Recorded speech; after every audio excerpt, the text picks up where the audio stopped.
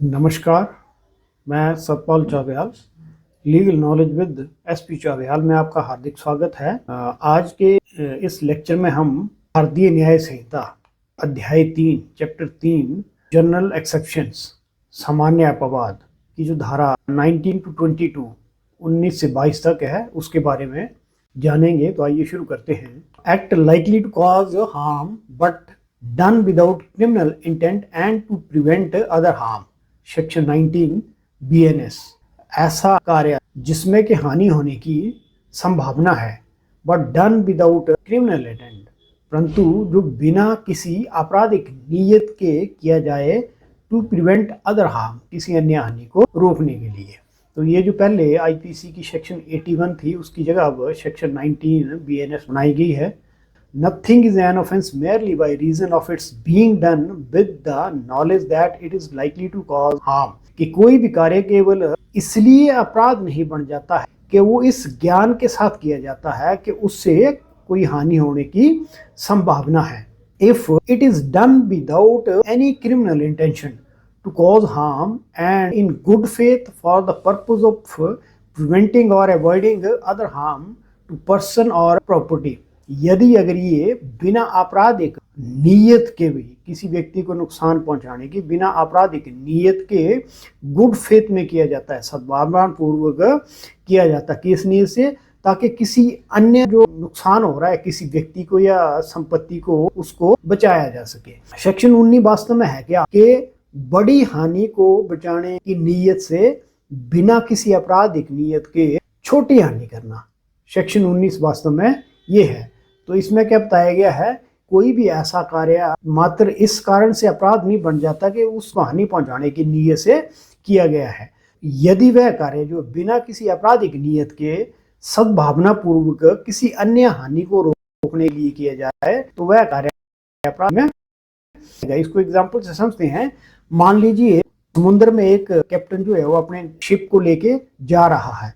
अब वो सामने देखता है कि उसके ठीक सामने एक नौका आ रही है जिसमें के लगभग 100 लोग सवार हैं और उसको लगता है कि मेरा ये शिप जो है इस नौका के साथ टकरा जाएगा और ये जो 100 लोग हैं ये डूब के मर सकते हैं। उसको ऐसा लगता है कि अगर तुरंत वो उस शिप को टर्न कर दे दूसरी तरफ, तब वो नौका से टक्कर होने से अपने शिप को बचा सकेगा और ऐसे जो 100 लोग सामने से लगभग बैठे हुए नौका में आ रहे हैं उनकी जान बचाई जा सकती है। लेकिन जैसे ही वो टर्न करने की सोचता तो दूसरी तरफ देखता कि दूसरी तरफ से भी एक अन्य नौका आ रही है जिसमें कि 5 या 6 लोग हैं।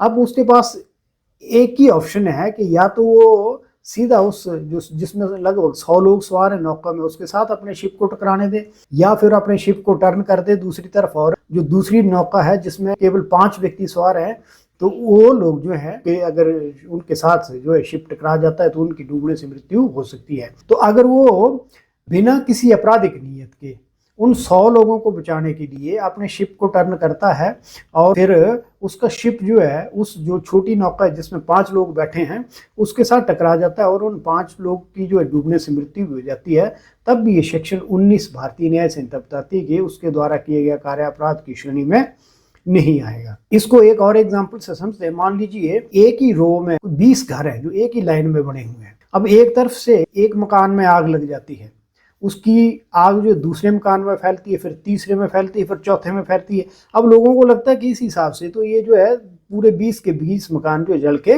राख हो जाएंगे। तो लोग जो है बिना किसी आपराधिक नियत के क्या करते हैं, 5वें नंबर का मकान है उसको वो तोड़ देते हैं बीच में से। फिर क्या होता है कि उसमें गैप बन जाता है और आग जो आगे जो 6, 7, 8वें नंबर के जो मकान है, आगे के जो मकान है उनमें नहीं पहुंच पाती। तो अब नुकसान तो उन्होंने किया ही है, लेकिन बिना आपराधिक नियत से बड़ी हानि को बचाने के लिए उन्होंने वो नुकसान किया है। तो सेक्शन 19 बोलती है कि उनके द्वारा ये कार्य जो है किया है अपराध की श्रेणी में नहीं आएगा। इसमें एक्सप्लेनेशन में बताया गया, it is a question of fact in such A case whether the harm to be prevented or avoided was a such in nature and so imminent as to justify or excuse the risk of doing the act with the knowledge it was likely to cause harm। कि question of fact रहेगा, मतलब कि वो जो उसने कार्य किया है इस प्रकृति का था, वही इतना आवश्यक था कि उसका किया जाना जरूरी था, किसी अन्य हानि को रोकने के लिए उसका किया जाना जरूरी था। ये जो है ये क्वेश्चन ऑफ फैक्ट रहेगा। क्वेश्चन ऑफ फैक्ट रहेगा मतलब इसमें न्यायालय देखे वास्तव में क्या उसने जो हानि जानबूझकर करी है वास्तव में ऐसी थी भी, उसकी आवश्यकता थी उसको करने की, कि बिना उसको किए कोई दूसरा काम करके भी उसको टाला जा सकता था। क्या ऐसी कोई दूसरी ऑप्शन भी थी या नहीं थी, या खाली वही एक ही ऑप्शन थी और जरूरी थी और उसी के अनुसार उसको बड़ी हानि को रोका जा सकता था। तो ये क्वेश्चन ऑफ फैक्ट रहेगा, अर्थात न्यायालय इसको डिसाइड करेगा। Act of child under 7 years of age, section 20 Bharatiya न्याय संहिता। तो भारतीय न्याय संहिता की सेक्शन 20 क्या बताती है कि 7 साल से कम उम्र के बच्चे द्वारा किया गया कार्य। Nothing is an offence which is done by a child under 7 year of. Section 20 Bharatiya न्याय संहिता बड़ी साधारण सी, इसमें सिर्फ ये बात बताएगी कि 7 साल से कम उम्र के बच्चे द्वारा किया गया कार्य अपराध नहीं होगा। अर्थात 7 साल से कम उम्र का कोई बच्चा है वो कुछ भी कर दे, जो मर्जी कर दे, लेकिन उसके द्वारा किया गया कार्य अपराध की श्रेणी में नहीं आएगा। Child under the age of 7 year is considered under a natural disability and distinguishing between good and evil। ये माना जाता है कि जो 7 साल से कम आयु का बच्चा है उसमें उतनी पर्याप्त समझ नहीं होती कि वो भले और बुरे में अंतर कर पाए। इसमें क्या होता है, merely the evidence of that age would be a conclusive proof of the innocence of a child। कि अगर मान लीजिए कोई ऐसा विवाद खड़ा हो जाता है कि छोटे बच्चे ने कोई कार्य किया है और वो न्यायालय में जाता है, तो न्यायालय में जो उसका वकील है उसको मात्र यही साबित करना है कि जिस दिन उसने ये बच्चे ने अपराध किया था उस दिन इसकी आयु जो 7 साल से कम थी, और वो जो है कंक्लूसिव प्रूफ होगा कि बच्चा जो है इनोसेंट है, और फिर न्यायालय किसी प्रकार का जो है एविडेंस उसके विरुद्ध लाने से स्पष्ट रूप से मना कर देगा। तो सेक्शन 20 भारतीय न्याय संहिता बताती है कि अगर 7 साल से कम आयु का कोई बच्चा है वो कोई भी कार्य करता है तो उसके द्वारा किया गया कार्य अपराध की श्रेणी में नहीं आएगा। Section 21 BNS, act of child above 7 and under 12 of immature understanding. 7 साल से अधिक आयु का कोई बच्चा है लेकिन 12 साल से कम आयु का जिसको पर्याप्त समझ नहीं है तो उसके द्वारा किया गया कार्य। Nothing is an offense which is done by a child above 7 year of age and under 12 year of age who has not attained sufficient maturity of understanding to judge of the nature and consequences of his conduct on that occasion। 7 साल से ज़्यादा लेकिन 12 साल से कम आयु के बच्चे द्वारा, जो कि ऐसा है जिसको कि पर्याप्त समझ नहीं है, जो किसी कार्य के परिणाम को समझने में असमर्थ है, तो उसके द्वारा किए गए कार्य भी अपराध की श्रेणी में नहीं आएगा। तो ये वैसे बच्चों के लिए ये सेक्शन बनाई गई है जो थोड़े मंदबुद्धि तरह के होते हैं बच्चे, और कई बार वो एज के हिसाब से तो बड़े हो जाते हैं लेकिन उनके जो माइंड है उस तरह से डेवलप नहीं हो पाता। तो 7 साल से कोई बड़ा है बच्चा 12 साल से कम आयु का है तो सेक्शन 21 BNS बताती है कि अगर उसमें पर्याप्त समझ नहीं है कि वो भले और बुरे में जो है अंतर कर सके, या वो जो कार्य कर रहा है उसके क्या परिणाम होंगे उसको समझ सके, तो उसके द्वारा किए गए कार्य भी अपराध की श्रेणी में नहीं आएगा। इसमें the test to qualified immunity under section 21 is depended upon 3 factors. ये 3 नीचे फैक्टर्स हैं जिसके आधार पर न्यायालय जज करता वास्तव में कि ये जो बच्चा है जो 7 साल से बड़ा है लेकिन 12 साल से कम आयु का है और इसने जो कार्य किया है वास्तव में इसको ऐसी समझ थी या समझ नहीं। The nature of the act done, के उसने किस तरह का कार्य किया, एक तो ये, दूसरा सब्सिक्वेंट कंडक्ट ऑफ ऑफेंडर, के उसने बच्चे ने जब वो कार्य किया था तो उसके बाद उसका कैसा कंडक्ट, उससे पता चल जाता है बच्चे के बाद वाले कंडक्ट से बच्चे ने कुछ अपराध किया है और फिर वहीं खड़ा रहा, कुछ नहीं कर रहा बल्कि वो हंस रहा है, या एक बच्चा जो भाग गया है कि और कहीं छुप गया है। तो कंडक्ट से जो है उसका सब्सिक्वेंट कंडक्ट है उससे भी न्यायालय जज करता है। तीसरा behaviour and appearance of the offender in the court, कि बच्चा जब न्यायालय में पेश होता है तो वहाँ उसकी कैसी अपीयरेंस है, कैसा उसका व्यवहार है, उससे भी न्यायालय जो जज कर लेता है कि बच्चा वास्तव में वैसा है कि ये 7 साल से अधिक लेकिन 12 साल से कम आयु का है, तो क्या इसका कार्य जो है ऐसा होना चाहिए कि इसकी समझ इतनी। नेक्स्ट सेक्शन है 22, act of person of unsound mind, कि कोई अनसाउंड माइंड व्यक्ति है उसके द्वारा किया गया कार्य। Nothing is an offense which is done by a person who at the time of doing it by reason of unsoundness of mind is incapable of knowing the nature of the act or that he is doing what is either wrong or contrary to law. ऐसा कोई भी कार्य अपराध की श्रेणी में नहीं आएगा जो किसी ऐसे व्यक्ति द्वारा किया जाता है जो पागलपन की अवस्था में है और पागलपन की अवस्था के कारण उस कार्य की प्रकृति को समझने में असमर्थ है या फिर वो जो कर रहा है वो गलत है या कानून के विरुद्ध है इसको समझने में असमर्थ है, तो उसके द्वारा किया गया कार्य अपराध की श्रेणी में नहीं आएगा। तो सेक्शन 22 BNS क्या बताती है कि अगर कोई व्यक्ति पागलपन की अवस्था में है और पागलपन के कारण वो जो काम कर रहा है उस कार्य की जो प्रकृति है उसको समझने में असमर्थ या फिर वो जो काम कर रहा है वो गलत है या कानून के विरुद्ध है, इन बातों को समझने में असमर्थ है, तो उसके द्वारा किया गया कार्य जो है अपराध की श्रेणी में नहीं आएगा।